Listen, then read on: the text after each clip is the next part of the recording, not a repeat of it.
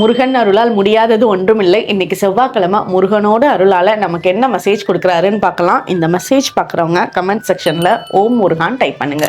முருகனோட மெசேஜ் நமக்கு ரொம்ப அருமையாக வந்திருக்கு. முருகன் இந்த காலகட்டத்தில் நம்மளோட வாழ்க்கையில் ஒரு மூங்கில் மரமாக இருக்காரு. மூங்கில் மரம்னா அது ஃபஸ்ட்டு 5 வருஷத்துக்கு மண்ணுக்கடியிலேயே தான் வளரும்.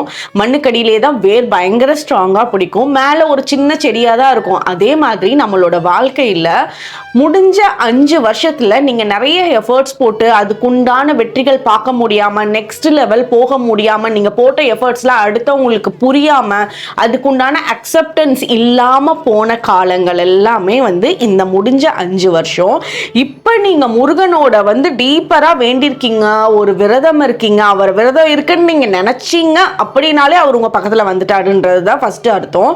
ஸோ இந்த நேரத்தில் அந்த 5 வருஷம் மூங்கில் மரம் இந்த மாதிரி சைலண்ட் மோடில் தான் இருக்கும். அடுத்த 90 நாளில் பயங்கர ஃபாஸ்ட்டாக வளரும்.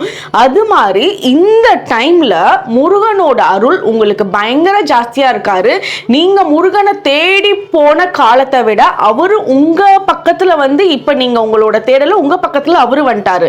அதனால இப்போ இருந்து அடுத்த 90 நாளில் உங்களுக்கு ரொம்ப நல்ல வளர்ச்சி, ரொம்ப உங்களோட பிஸ்னஸ்லையும் சரி, உங்களோட காதல் வாழ்க்கையிலையும் சரி, உங்களோட ஃபேமிலிலையும் சரி ஒரு நல்ல மாற்றம், பண ரீதியாகவும் எல்லா விஷயத்துலையும் நீங்கள் 5 வருஷம் எதுக்காக உழைச்சிங்களோ அதுக்குண்டான ரிசல்ட்டு அடுத்த 90 நாளில் கடகடகடன்னு உங்களுக்கு வரப்போகுது.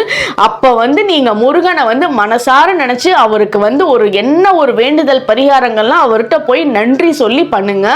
அவர் ஏன்னா கூடயே இருந்து இவ்வளோ பண்ணுறவருக்கு நம்ம யாருக்கா இருந்தாலும் நன்றி சொல்லி தானே ஆகணும். ஓம் முருகா.